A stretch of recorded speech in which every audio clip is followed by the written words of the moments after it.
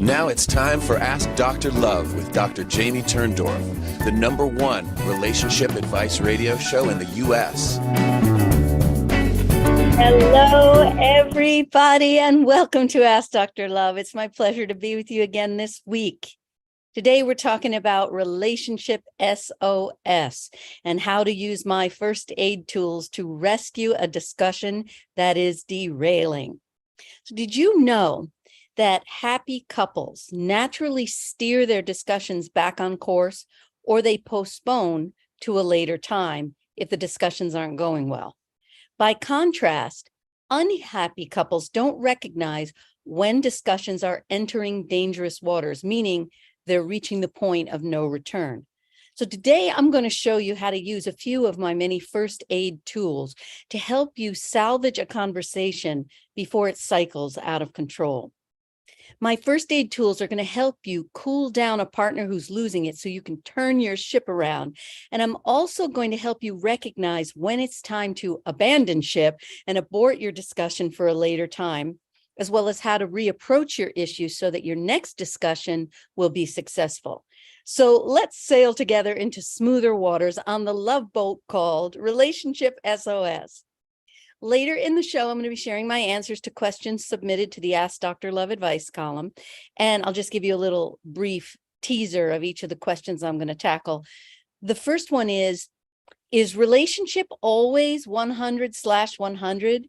I always feel like I'm the one giving 90% all the time. And in this question, I help a woman in a long distance relationship with a boyfriend who is a busy IT professional who isn't taking the time to call or respond to her texts.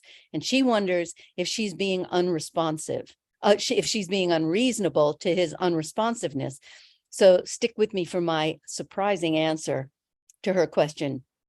The next question is, will he, won't he? And here I'm helping a young woman whose boyfriend says he's only interested in fun. And she wonders if it's possible for this kind of a guy to fall in love. The next question is deceased ex-wife sharing our marriage. And here I'm helping a woman whose husband continually compares her to his deceased ex-wife. And she feels like she's sharing her marriage with a ghost and asks me to help her handle this difficult situation. And finally, pulling away. I'm talking with a young woman whose boyfriend told her before they had sex that he was not a fly-by-night operation. But as soon as he unzipped his fly, he began pulling away. So she wonders how to discuss what's happening without appearing needy and driving him farther away. And if we have time, I'm going to do a celebrity couch segment. These are segments where I analyze a movie star or public celebrity.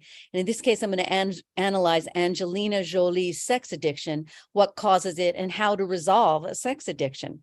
Got a lot for you today. So let's get on to today's topic. If you've watched or listened to my previous shows, you're familiar with the correct way to present your issues using my XY formula. X is what was said or done. Y is how you feel about it. That's the bare bones of the formula. Begins with a disclaimer, ends with a suggestion for the future. Well, for more details on this, you can listen to that archived show, or you can read up on the formula in Kiss Your Fights Goodbye. So today I'm talking about the steps you need to follow after you've presented your issue using the XY formula and when your discussion begins to veer off course.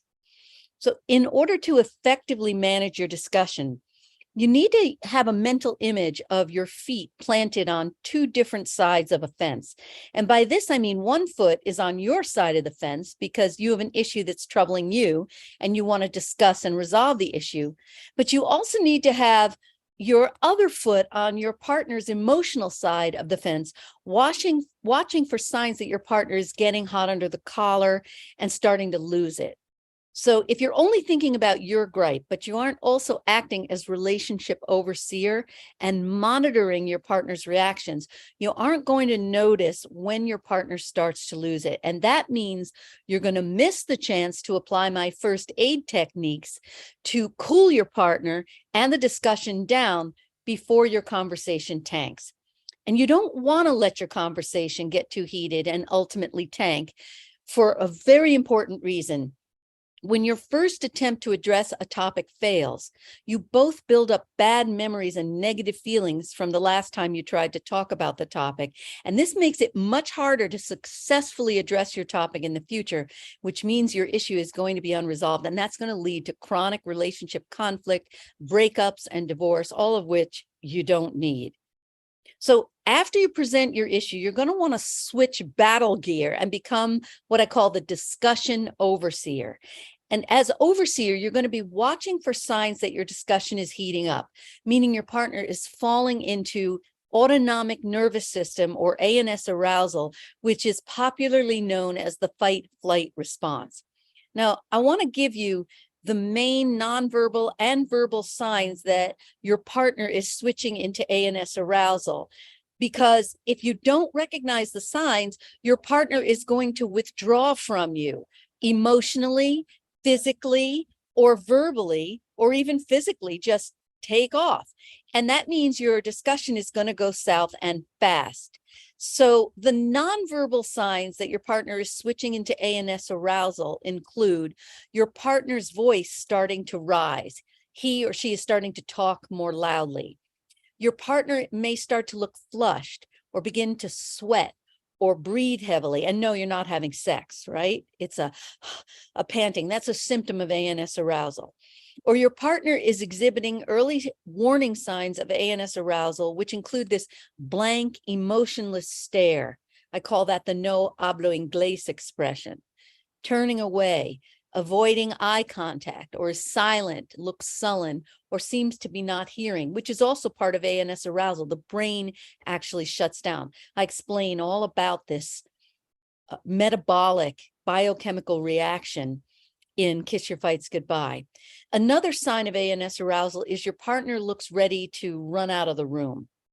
Now, verbal signs of ANS arousal are your partner is escaping mentally by justifying, defending, making excuses, or refusing to accept responsibility.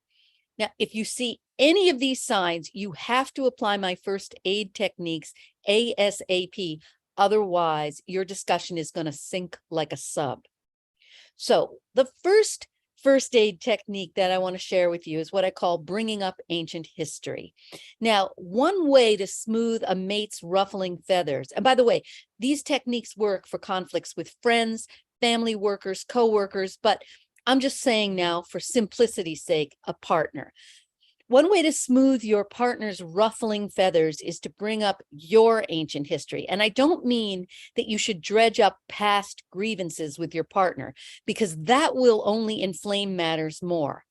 I mean that it will be helpful to tell your partner what old scars, your old scars, have been triggered by your current conflict. And by old scars, I mean things that happened to you during your deformative years when you were a kid. So this technique is effective for two reasons. First, it immediately sparks empathy on the part of your partner because he or she can see the hurting child in you, and talking about pain that stems from before your partner was in the picture shifts the focus away from your partner's ego, which aborts ANS arousal and withdrawal reactions. So I'll give you an example.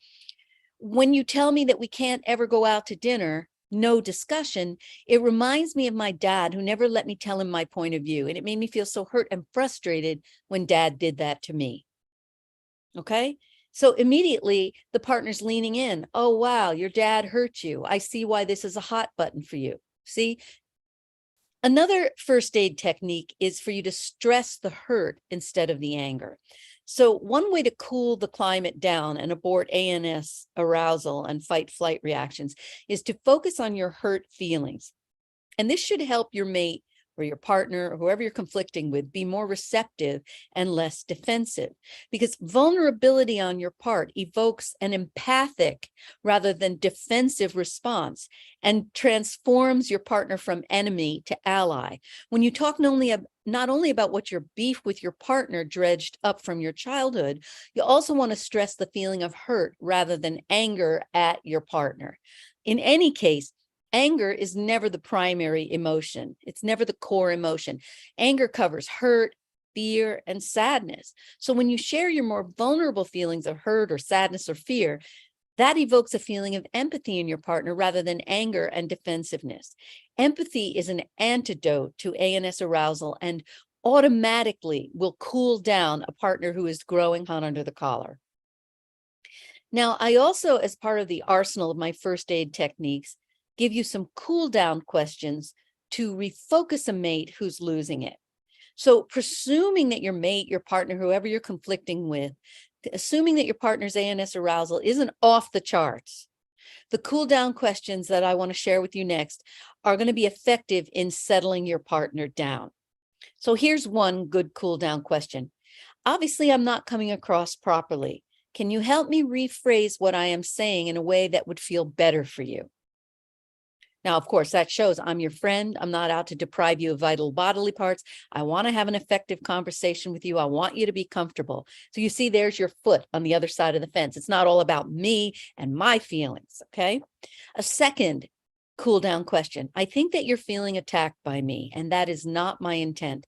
Can you tell me where I'm going wrong? And a third really good cool down question. Can you suggest how I can talk to you in a way that won't offend you? Now I want to share some additional first aid techniques that handle specific types of meltdowns. And the goal in all cases remains the same: to smooth ruffled feathers and arrest ANS arousal before your partner withdraws emotionally, physically, psychically, verbally, and your discussion heats and tanks. So let's say your partner makes excuses, defends, or justifies him or herself. So when a partner begins to tell you all the reasons why he or she said what he did or did what he did, your partner is obviously feeling blamed or attacked. So he's making up these excuses to pad a wounded, fraying ego. Your partner's ego needs patching, or else your partner's going to be out the door any second. So in this case, you should say, I'm not saying you intentionally set out to hurt me or whatever the feeling is. I'm just telling you how I feel, or I'm just telling you how the behavior landed with me. See, that's more neutral, how the behavior landed. When a partner says, but what about my feelings? Now, look, in a perfect world, you, the person who's confronting the topic, should be heard and completely understood before your partner takes his or her turn to state his or her own thoughts and feelings. So I call this the emotional right of way. Now, distressed partners are so accustomed to not being heard that they have a hard time waiting their turn. This explains why your partner or your husband will demand his or her own airtime before you have finished speaking. You feel sad or mad. Well, how do you think I feel? Or you want me to listen to your feelings, but what about mine? So when both partners feel unheard, we're facing a very difficult relationship impasse in which nobody is willing to listen to the other. And it's important for both partners to understand the rules of the road as it relates to the emotional right of way. The right of way goes to the person who's bringing up the issue or problem. And by the way, it's easier for your partner to give you the emotional right of way when he or she knows that you're going to come back to your partner's feelings. To reassure your partner that he or she will have his day in court, you could say something like, I also want to hear how you feel. If we could just finish with me and you listen and understand how I feel, I promise we'll get back to you and give you the same attention. Now, a word of warning. For couples who've been conflicted for a really long time, there is no what I call money in the bank, meaning there's no trust that you're ever going to be heard because nobody is listening to anybody. Everybody turns up the volume and interrupts in a futile attempt to be heard. But of course, the shouting, the blaming, the not listening, the fight traps, they all turn off everybody's ears. So to break the cycle, even if you are the one presenting the issue and you have the emotional right of way in theory, if you see that your partner is getting too hot to listen to you, you have to triage the situation and take care of your partner's bleeding self first. Then when your partner's okay, we can return to you and your issue. And to do this, you would say, I see that you're feeling too upset to hear me right now. So let me understand you now and we'll return to me afterwards. Doing this instantly cools down the climate and gets your discussion back on a productive track. And it also models for your partner how he or she needs to return the favor and listen to you in return. And you'll see that by taking the high road and cooling your partner down, your gift will be returned to you in spades because your partner will be cooled down and ready to listen and understand you in return. Now, if your partner defends, makes excuses, or justifies him or herself, a specific first aid statement would be, I'm not saying you did anything wrong. Again, I'm just telling you how the behavior landed with me. Now, what happens when you can't cool down your partner? Well, then you have to abort the discussion before you both lose your heads and say and do something that you can't take back. And when you're calm, then you're going to reapproach your partner using the cool down questions I mentioned a few minutes ago. We're going to take a break. We're going to give you a couple of more first aid techniques. I'll be back with you in a moment.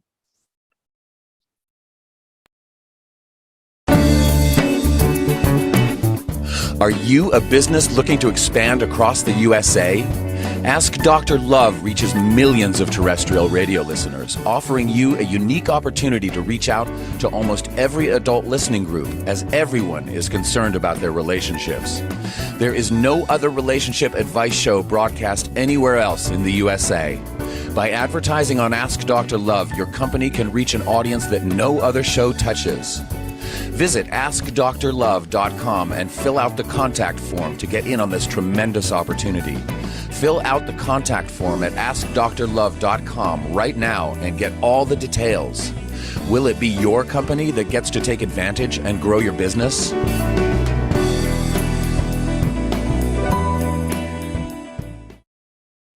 If you served in the Marine Corps, by now you know about the contaminated water problem at Camp Lejeune. If you were stationed or worked at Camp Lejeune from 1953 to 1987, you probably have a lot of questions. We have some answers. You could be entitled to compensation. Billions of dollars are being allocated to pay for damages to anyone stationed at Camp Lejeune during that time. Unfortunately, it appears that officials may have known the contaminated water problem existed and did little to protect their men. The Semper Fi code was not honored. If you or someone in your family has developed a serious illness, including various forms of cancer, call this Camp Lejeune legal support line right now. You can't turn back the clock and change what happened, but you can certainly call right now and learn your rights as a Marine. Here's the number. Call 877-941-4731. That's 877-941-4731. Again, 877-941-4731. Imagine this is your money and someone wants to take it from you. Who is it? The IRS.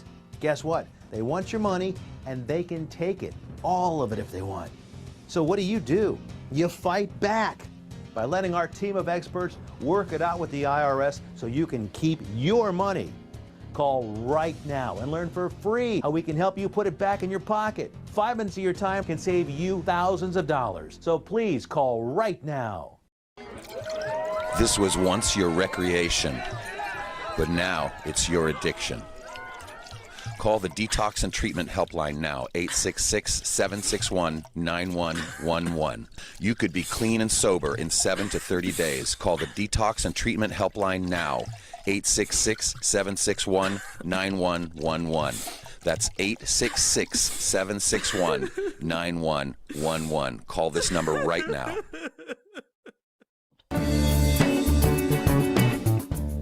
You're listening to Ask Dr. Love with Dr. Jamie Turndorf. If your heart is still hurting over the bodily loss of your loved one, the reason is simple. We're not meant to be separated from those we love, and reconnecting is the only way to end the grief. But reconnecting and staying connected requires guidance. As a gift to her listeners, Dr. Turndorf is offering a limited number of discounted grief relief sessions to help you reestablish a relationship with loved ones in spirit and resolve any unfinished issues. If you're ready to experience the healing and joy of reconnecting, visit drjamieturndorf.com/grief relief to schedule your session. But don't wait, space is limited. Visit drjamieturndorf.com/grief relief to find out more. And now, back to Dr. Turndorf.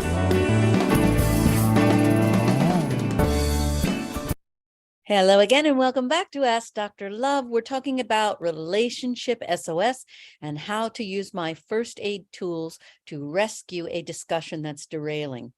Now, what happens if you're in a discussion and your partner starts interrupting you? When you feel cut off, your natural reaction is going to be to interrupt the other person, which will further contribute to the partner not feeling heard. So while you, the confronter, have the emotional right of way, you need to keep your eye on the larger goal, saving the negotiation or discussion. So you have two ways to proceed at this point. One is to tell your partner, I'm interested in how you feel. Can we finish with me and then get back to you? The acknowledgement that you're interested in his or her feelings often helps to bring the discussion back on track. But if it doesn't, you have only one other choice. Deal with the other person's feelings, let him or her talk, use your listening skills, and reflect your understanding of his or her feelings. When your partner feels emotionally understood, you should be able to resume the original discussion and get back to you. Now, this discussion impasse is similar to the impasses I discussed in segment 1. When your partner interrupts you for whatever reason, you have to know that your partner is feeling attacked and is on the defensive. And warning bells need to go off for you. ANS arousal is mounting. You need to cool things down and fast. And so you also will want to say, you have a good point there. Can we agree to get back to you and it after we finish this? Or two other alternatives. I think you're feeling blamed by me. How can I talk to you so that you won't feel that I'm blaming you? Or are you interrupting because you aren't feeling heard by me? Now, here's the next kind of situation that often derails a discussion, and that is when traditional males, that is men who are in the traditional male gender role, it's all about protecting, providing, solving problems. When they hear a female partner saying she's upset, the male's natural reaction is to say you shouldn't feel that way. And since men do feel responsible for their partner's happiness, they often think that it's their job to rescue a partner when the partner is upset. And this can cause traditional male partners to try to talk their partners out of their feelings, saying stuff like, let it go, or it's not a big deal, or you're being too sensitive. Now, obviously, that infuriates the receiver because you're not hearing what is being said. So a good response is, I know you don't like the feelings in the air, but if you just listen and understand, my feelings will settle down more quickly. Now, if you sense that your partner is trying to talk you out of your feelings because he feels guilty for having inflicted pain on you, then the next response I'm going to give you is ideal. I think you're feeling guilty, and I want you to know that I understand that you didn't mean to hurt me. Just understanding me now will help me feel better. Now, a variant of the you shouldn't feel that way response is offering unsolicited suggestions or solutions to try to fix what is bothering you. Now, this is a very common mistake that guys make, like as if the woman couldn't have thought of this solution herself. And when he comes in with all these suggestions and solutions, she gets furious because he's just not hearing her. So in this case, you can say, I know you are unhappy to see me upset, and I know you're offering solutions to help me feel better. When you offer solutions, I feel unheard, but just listening and understanding how I feel is the solution to the problem, and that's how you're going to help me feel better. All right, now here's another derailing situation, counter-blaming. So your mate or your partner, whoever you're conflicting with, is trying to shore up his wounded ego by saying, I'm not the bad guy here. You make mistakes too. I'm shifting the blame back onto you. So your response to this impasse is to say, you have a valid point about me. Could we finish what we're talking about now and get back to what I've done to upset you after we finish this? Okay. Now, another impasse and how to specifically deal with it is the partner's refusal to accept responsibility. So when a person's ego is eroded, and that is often the case in chronically conflicted relationships, accepting responsibility for upsetting the other person is tantamount to admitting that he or she is a failure. So in this case, a good response is, I know that you didn't mean to hurt, or whatever the feeling is, hurt me when you did X, Y, or Z. Making a mistake doesn't mean you're bad. We're just talking about this particular instance. Or you might say, if you accidentally fell on my foot and broke it, I'd still be in pain. I need you to understand that my feelings were accidentally hurt as well. Now, another possible block to accepting responsibility stems from the fear of vulnerability. So your partner may be afraid that his admission of guilt will be used against him. If you suspect that this is the case, then the next thing I'm going to tell you would apply. Listen, Just because you acknowledge that you did something to hurt me doesn't mean that I'm going to get even and never let you live it down. Now, another thing that you're going to watch for that's a warning that your discussion is about to derail because ANS arousal is mounting is what's called summarizing self. So it's been observed by a lot of researchers, including me, that distressed couples summarize and restate their positions during conflict discussions. When partners are not feeling heard by each other, they repeat themselves, hoping to be finally heard. So if you notice that your partner is beginning to repeat himself, it's high time to get into high listening gear. And you better act fast because not feeling heard is ANS arousal bait. So you might say something like, I notice you've repeated that sentence a couple of times. Did you think that I didn't hear you? And then when he says, yeah, I think you didn't hear me, then you're going to reflect back and make sure that the other person knows you heard and you understood.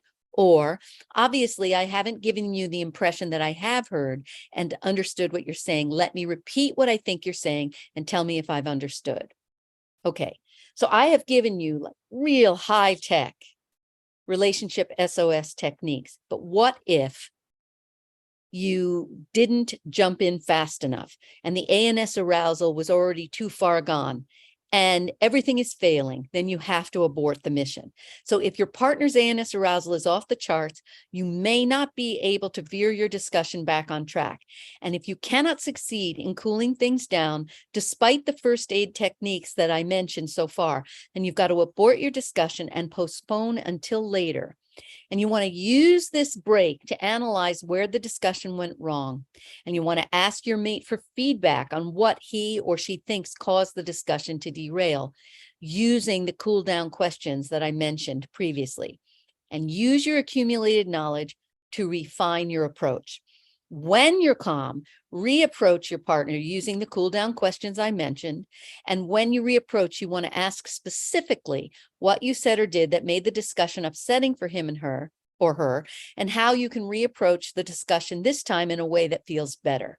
And when you reapproach this way, you're showing that you're friend, not foe, and that you want to work with your partner to have a more productive discussion this time around. And setting this tone will ensure that your partner stays cool the second time around, so you'll be able to sail through the second discussion.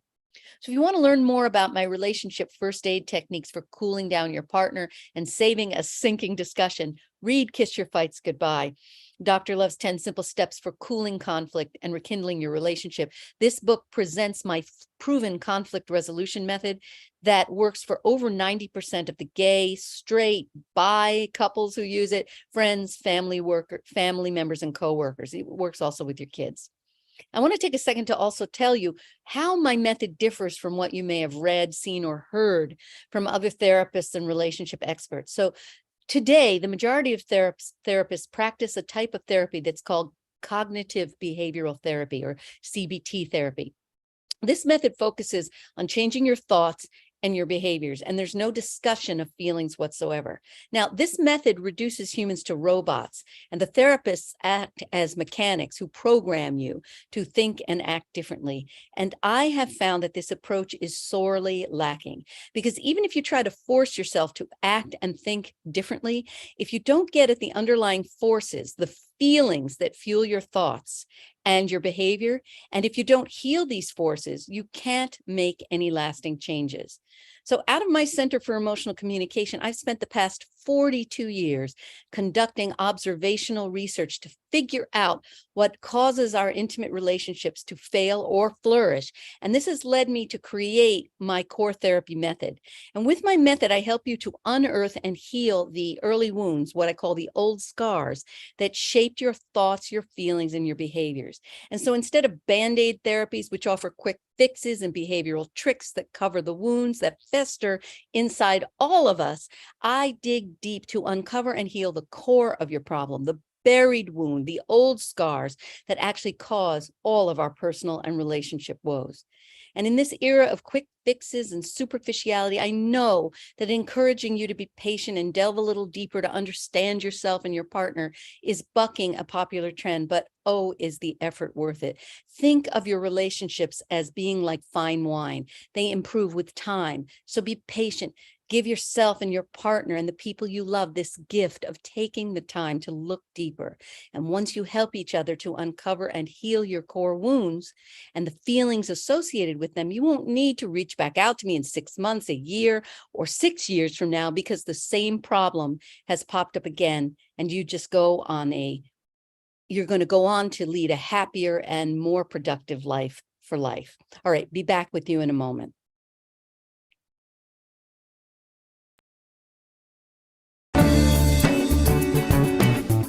Are you a business looking to expand across the USA? Ask Dr. Love reaches millions of terrestrial radio listeners, offering you a unique opportunity to reach out to almost every adult listening group, as everyone is concerned about their relationships. There is no other relationship advice show broadcast anywhere else in the USA. By advertising on Ask Dr. Love, your company can reach an audience that no other show touches. Visit AskDrLove.com and fill out the contact form to get in on this tremendous opportunity. Fill out the contact form at AskDrLove.com right now and get all the details. Will it be your company that gets to take advantage and grow your business?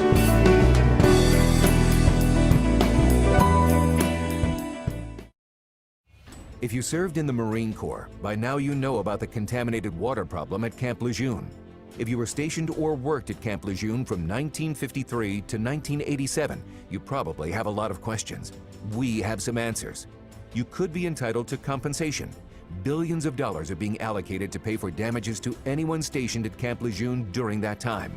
Unfortunately, it appears that officials may have known the contaminated water problem existed and did little to protect their men. The Semper Fi code was not honored. If you or someone in your family has developed a serious illness, including various forms of cancer, call this Camp Lejeune legal support line right now. You can't turn back the clock and change what happened, but you can certainly call right now and learn your rights as a Marine. Here's the number. Call 877-941-4731. That's 877-941-4731. Again, 877-941-4731. Imagine this is your money and someone wants to take it from you. Who is it? The IRS. Guess what? They want your money and they can take it, all of it if they want. So what do? You fight back by letting our team of experts work it out with the IRS so you can keep your money. Call right now and learn for free how we can help you put it back in your pocket. 5 minutes of your time can save you thousands of dollars. So please call right now. This was once your recreation, but now it's your addiction. Call the Detox and Treatment Helpline now, 866-761-9111. You could be clean and sober in 7 to 30 days. Call the Detox and Treatment Helpline now, 866-761-9111. That's 866-761-9111. Call this number right now.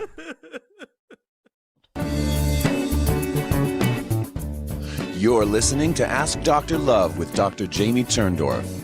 If your heart is still hurting over the bodily loss of your loved one, the reason is simple. We're not meant to be separated from those we love, and reconnecting is the only way to end the grief. But reconnecting and staying connected requires guidance. As a gift to her listeners, Dr. Turndorf is offering a limited number of discounted grief relief sessions to help you reestablish a relationship with loved ones in spirit and resolve any unfinished issues. If you're ready to experience the healing and joy of reconnecting, visit drjamieturndorf.com/grief relief to schedule your session. But don't wait, space is limited. Visit drjamieturndorf.com/grief relief to find out more. And now, back to Dr. Turndorf. Welcome back to Ask Dr. Love. I'm Dr. Jamie Turndorf. Before we get on to the questions, I just want to close the discussion about Relationship SOS and how to veer a discussion that's derailing back on course. I want to give you a tip to remember and a couple little catchy phrases to drive the lesson home. Happy couples never pursue discussions that aren't productive. By contrast, unhappy couples are like dogs with bones. They stick with discussions to the bitter end, causing their relationships to end bitterly. And here's a couple tweets for you. Unproductive discussions are like leaky ships. They sink your relationships. Timing is everything. Make sure your partner is available before you embark on serious talking. A happy relationship is heaven on earth. A crummy one is hell on wheels. Keep conflict at bay, and your connection will be here to stay. When conflict is put to bed, love triumphs instead. All right, so let's get on to the questions.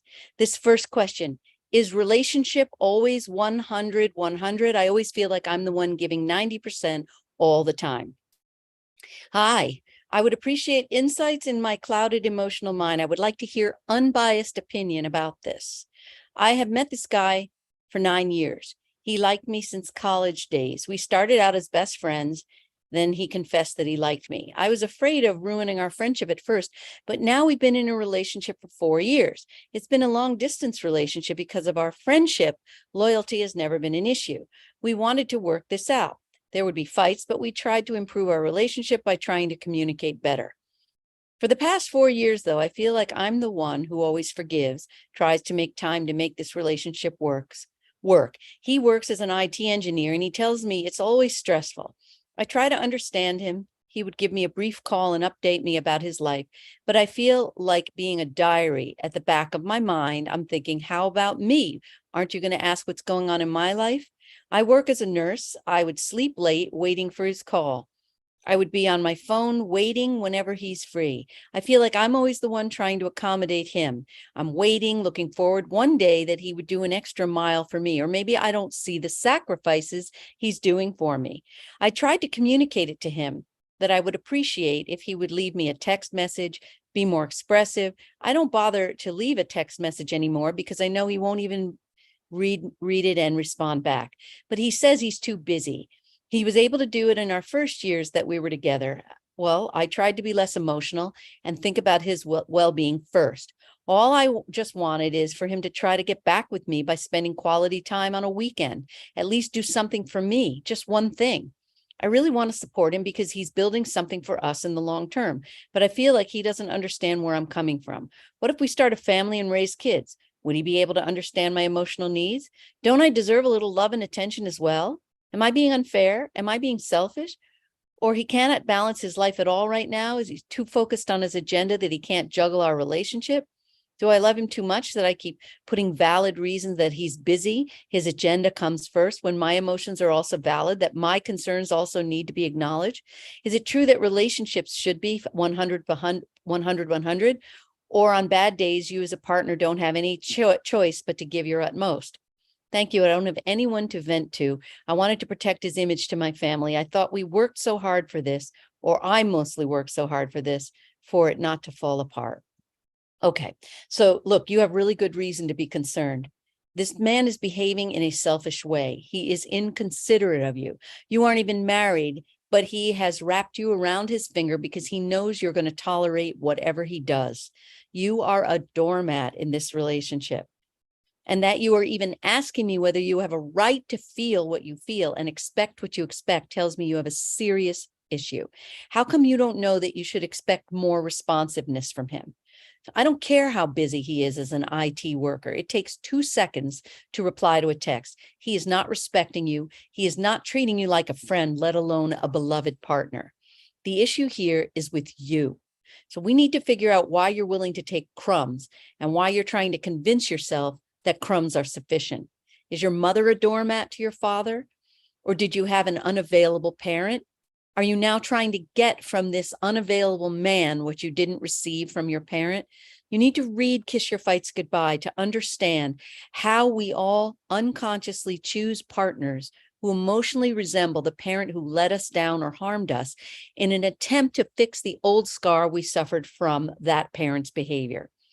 Abused, neglected kids often fall into the pattern of trying to fix the parent, hoping that if they are very good and giving and loving, we will succeed in fixing our parent. And when they are fixed, they will be able to give back to us all the love we crave and deserve. Now, of course, the attempts to fix a defective parent never succeed. It's hard enough to fix ourselves and impossible to fix another person. When we don't succeed in fixing our parents, our unhealed wound creates tragic aftershocks in the form of a compulsion that drives us to choose partners who are like the parent who failed us. We choose partners who are like the parent who let us down because we're unconsciously restaging the original trauma of childhood. It's this restaging in which we compulsively try to fix the partner the way we couldn't fix our parent. The same childhood fantasy rears its head again. If I'm good and if I'm giving, I'm going to win my partner's love. And if we can succeed in getting from the partner what we didn't get from our parent, we will feel as though we healed the original wound with our parent. But unfortunately, this scenario never works out the way we want, precisely because the partner is limited and damaged in the exact way our parent was, meaning the partner cannot give us any more or any better than our parents did. But we don't want to give up trying to win our partner's love. Giving up would feel like giving up all the hope of healing the childhood wound, what I call the old scar that lives inside us. So here's the crux of your issue. All this giving to a person who isn't giving back to you rewards and trains him to dump on you. He knows that no matter how much he neglects you, you will keep on giving. The result is that giving to a person who isn't giving back puts salt on your original wound and worsens your original wound. With each emotional gift you give, you are re-injuring yourself by reliving the original and very disappointing relationship with the parent who neglected or mistreated you. So I hope you see now why all your giving to your partner has not only trained him to dump on you, but awakened and worsened your early injury. And by the way, people with this particular childhood injury often become nurses because their pattern of trying to heal the damaged parent makes them natural nurses. Now it's your job to face that you have trained and rewarded him to take and not give back. And next, you have to make the internal shift away from disempowerment and lack of entitlement. And then you have to decide that you are willing to take this issue to the mat and even walk from the relationship if he doesn't straighten out. Whining and begging and complaining is not the way to turn this ship around. Your words weaken your position. You have become the boy who cries wolf. You complain, but you stick around. So no more words. Do not say a word to him about these shifts that you make. He will feel that you have changed when you do what I'm going to tell you to do next. Once you decide that you're ready to go all the way to stand for yourself, then you're ready to take this issue to the mat. And the way you're going to take this issue to the mat is by withdrawing from him. Don't be available when he calls. Don't reach out to him. Treat him the way he treats you, and then he's going to know what it feels like to be dismissed. In other words, you're no longer going to reward his bad behavior with any kind of attention. He should only receive from you when he gives to you first. This is like a poker game. He who blinks first loses, and you have to be willing to lose this man in order to resolve this situation. And if he isn't willing to step up and be a true partner to you, better you find out now before you marry and have kids. It's now or never. Either he's going to show himself to be a selfish narcissist who's only willing to take and not give back, or he will step up to the plate and start giving you what you deserve. If you discover that he is a narcissist who is not capable of giving, then you've got to save yourself and move on to a partner who can give to you. And by the way, by healing your old scar, first, when you read Kiss Your Fights Goodbye, you identify your old scar and you work on healing it. Work on it in one-on-one therapy or in a group by giving yourself the corrective responses and the love and the respect you always needed from the parent who let you down. When your old scar heals, you will no longer be attracted to this kind of partner, and you will draw a much better partner into your life. Kiss Your Fights Goodbye is available at AskDrLove.com through my products and services tab. When you go to that tab, you'll see all the things I offer to help you heal yourself as an individual, heal your relationships with someone in the earth plane, someone in the spirit realm. So everything is there for you in the store at AskDrLove.com. All right, so let's take a brief break. When we come back, I'll answer another question.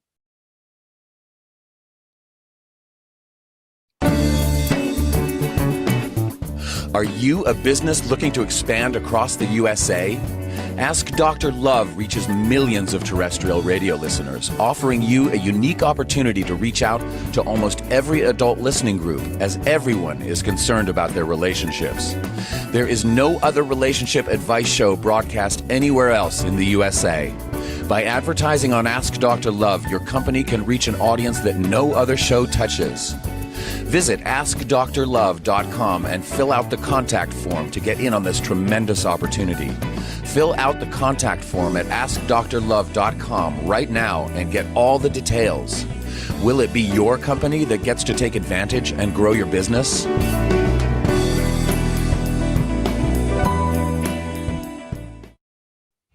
If you served in the Marine Corps, by now you know about the contaminated water problem at Camp Lejeune.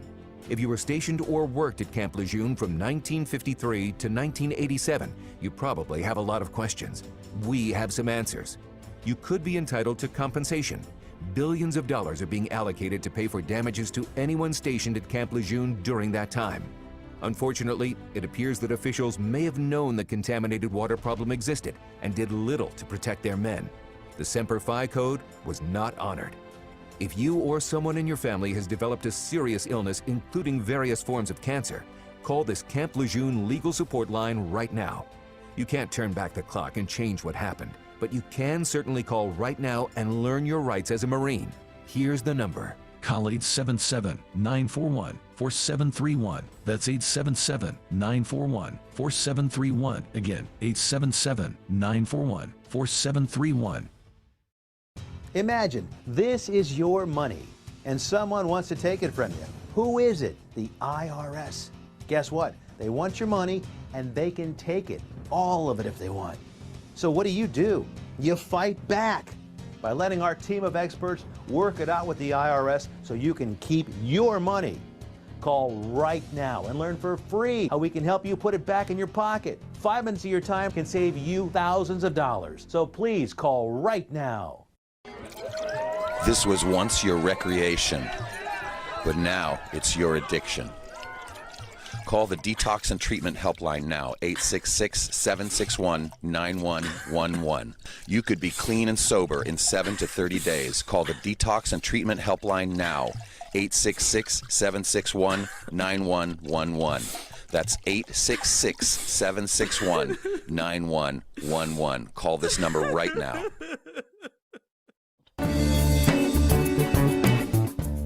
You're listening to Ask Dr. Love with Dr. Jamie Turndorf.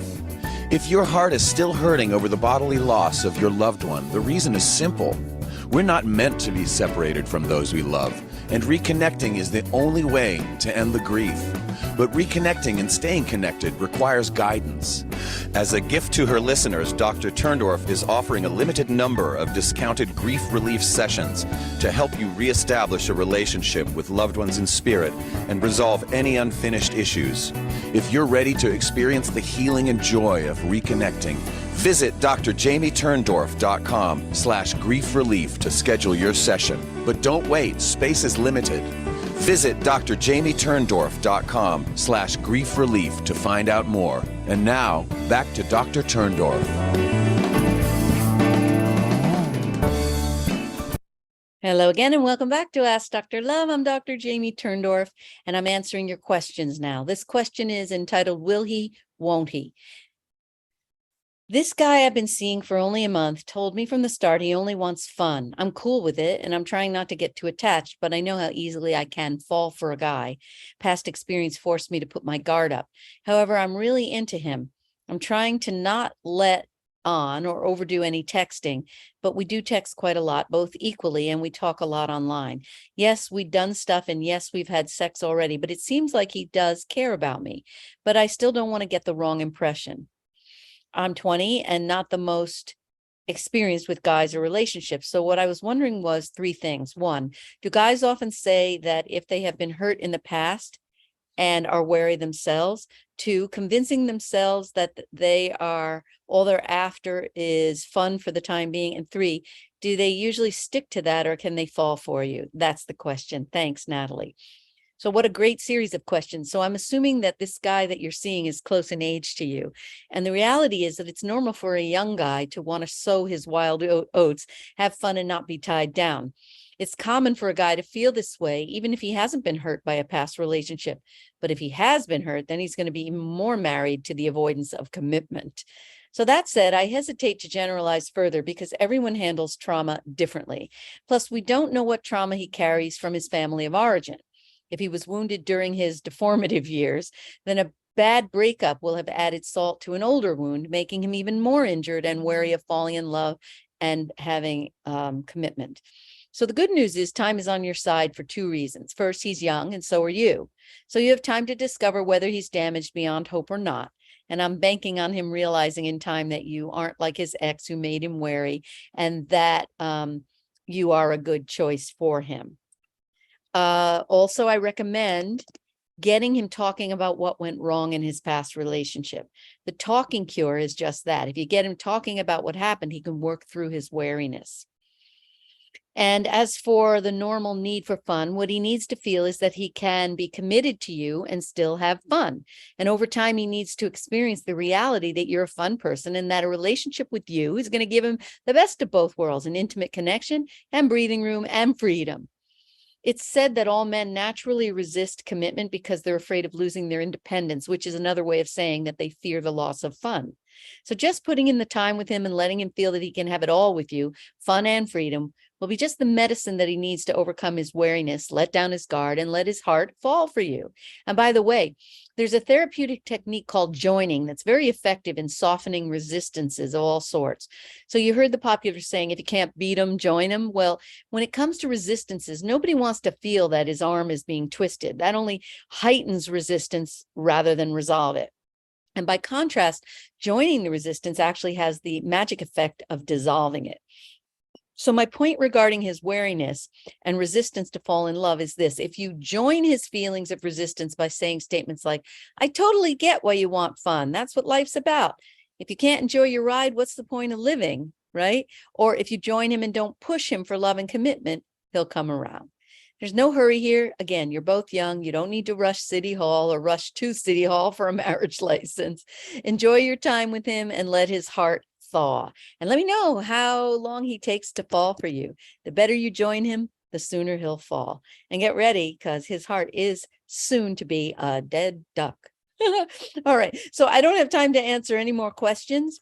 Regarding the sex addiction that I wanted to talk about with Angelina Jolie. So I'll just give you just a highlight about that. So very often sex addictions are the result of emotional deprivation in childhood. And so we have an emotional deficit and we're trying to fill that hole, but we're using the wrong hole, the anatomical hole, to fill the emotional hole.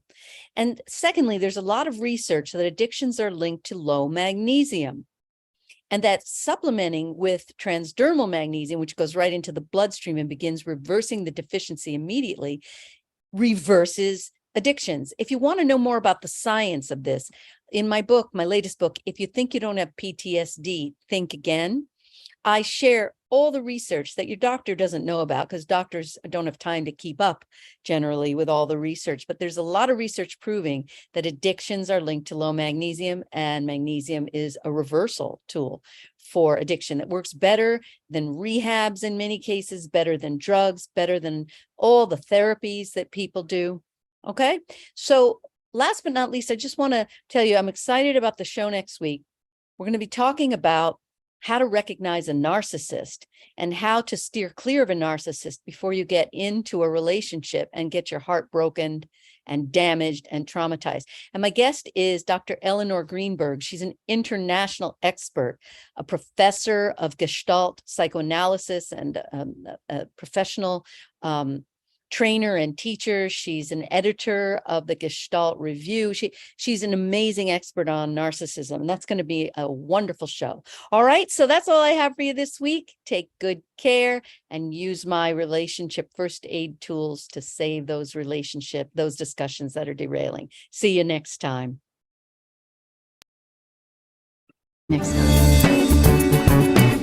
You've been listening to Ask Dr. Love with Dr. Jamie Turndorf. Sign up for Dr. Jamie's newsletter at AskDrLove.com and receive her meditation audio that will guide you to open your heart and chill out during these stressful times.